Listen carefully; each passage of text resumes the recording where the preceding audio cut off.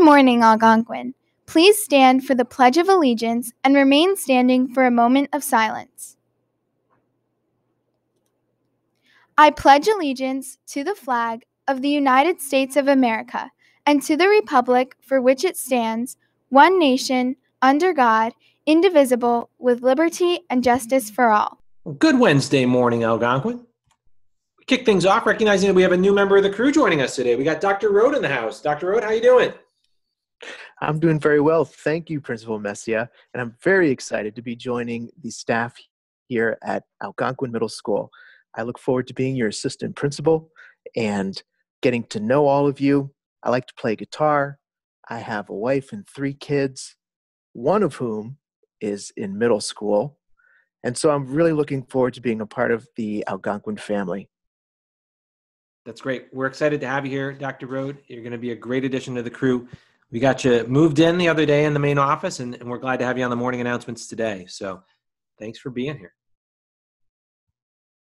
We have more big news, and that is that the last day of school has been scheduled. Coming up on Friday, June 19th, the last day of school for students at Algonquin. That's a record 1 week earlier than typical, and that's because we used our spring break differently this year by having classes during spring break. And of course, we've taken those days off of the end of the school year. So Friday, June 19th is the last day of classes. Another reminder, coming up on this Friday, May 22nd, there's no classes, as teachers will be at Algonquin cleaning up their rooms and getting them ready for the summer. So you will have the day off while they're hard at work at AMS. So enjoy the day coming up on Friday. Also remember that Monday is Memorial Day. It's a day to remember and honor fallen soldiers from throughout our country's history, those who have served in honor of our country, and we appreciate their sacrifice, that's for sure. As we think about Memorial Day, it's a day that'll be a little bit different this year without the typical parades and recognitions that we're used to. However, there are some things that are happening in a virtual way that will bring us together.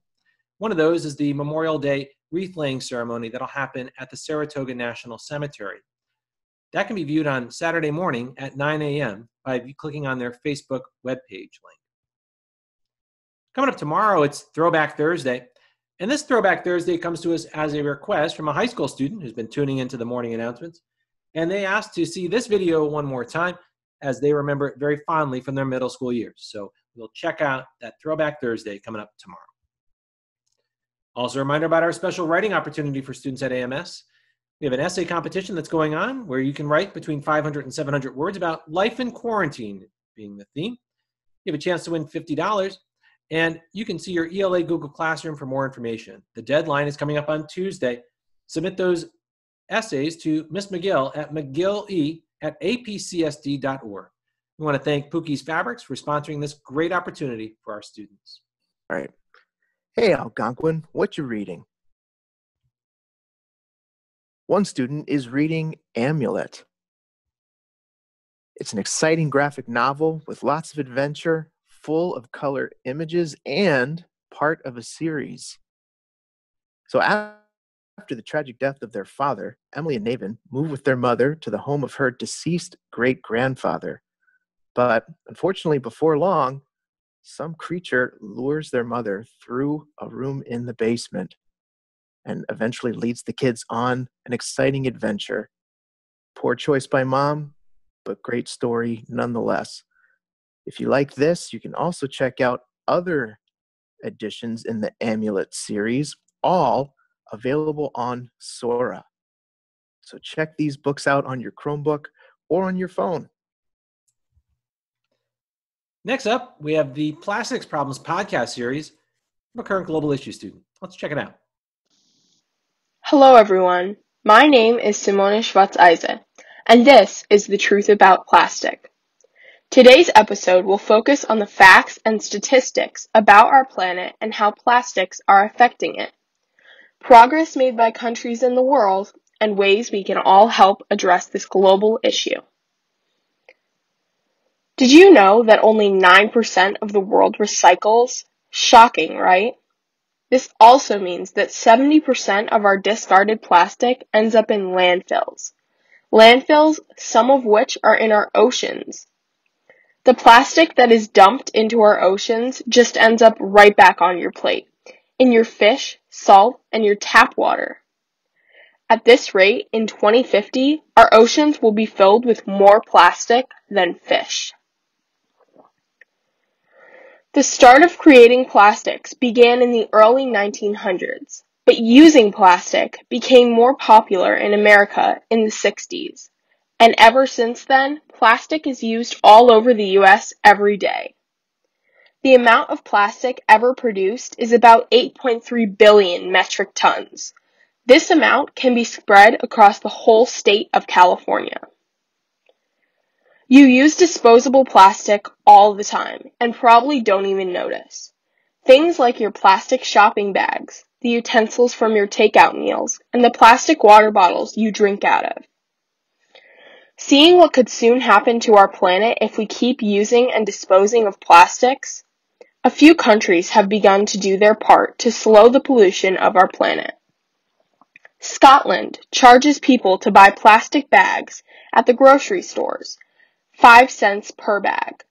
Since then, there has been an 80% reduction in plastic bag use within the first year of the country charging for plastic bags.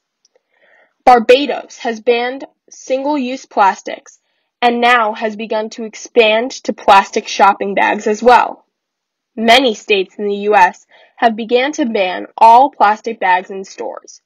States like New York sell paper bags for 5 cents and recommend you bring reusable bags to the store. While countries are doing their part, all of us can help address the world's plastic pollution problem. Start using a reusable water bottle. Stop using plastic straws. Give up gum. And like I have said, bring reusable bags to stores. These small actions can reduce our plastic pollution and create a better planet for us to live on. I would like to thank CBS This Morning, OceanConservancy.org, PlasticOceans.org, and France Press Getty for providing me with much information for this episode on this worldwide environmental issue. For The Truth About Plastic, I'm Simona Schwarzheise. Thank you for listening. And now for Mrs. Reinish's quote of the day. This is a Memorial Day quote by President Harry S. Truman. Our debt to the heroic men and valiant women in the service of our country can never be repaid. They have earned our undying gratitude. America will never forget their sacrifices. It's your birthday. It's your birthday. Put your hands up.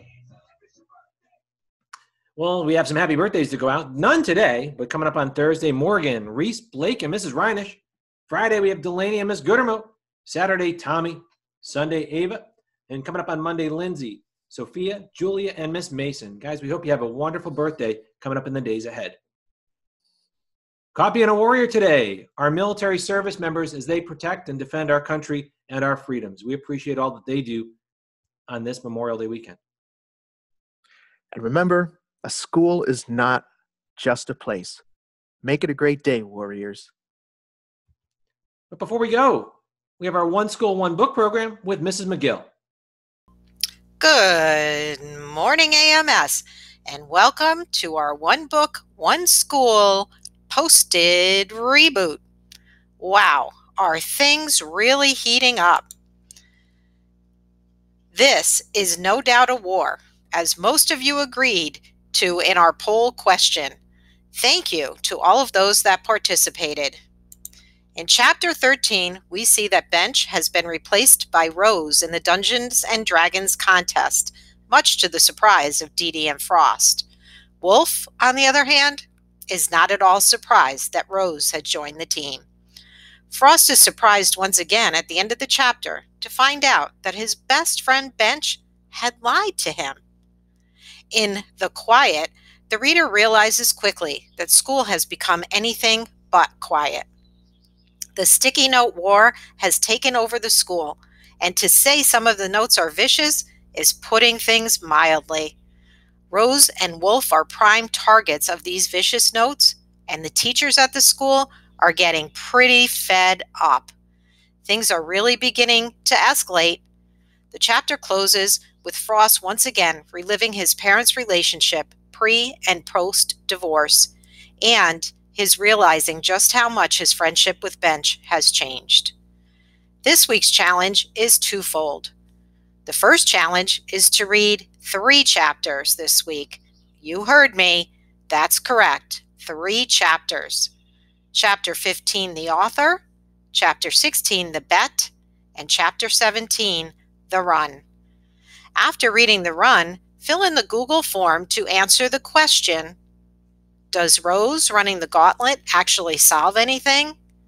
As always, this will be posted on AMS Google Classroom. Thanks for accepting these 2 challenges. Happy reading, and I'll see you next Wednesday. And that concludes our morning announcements. Remember, from start to finish, every day, we embody the warrior way.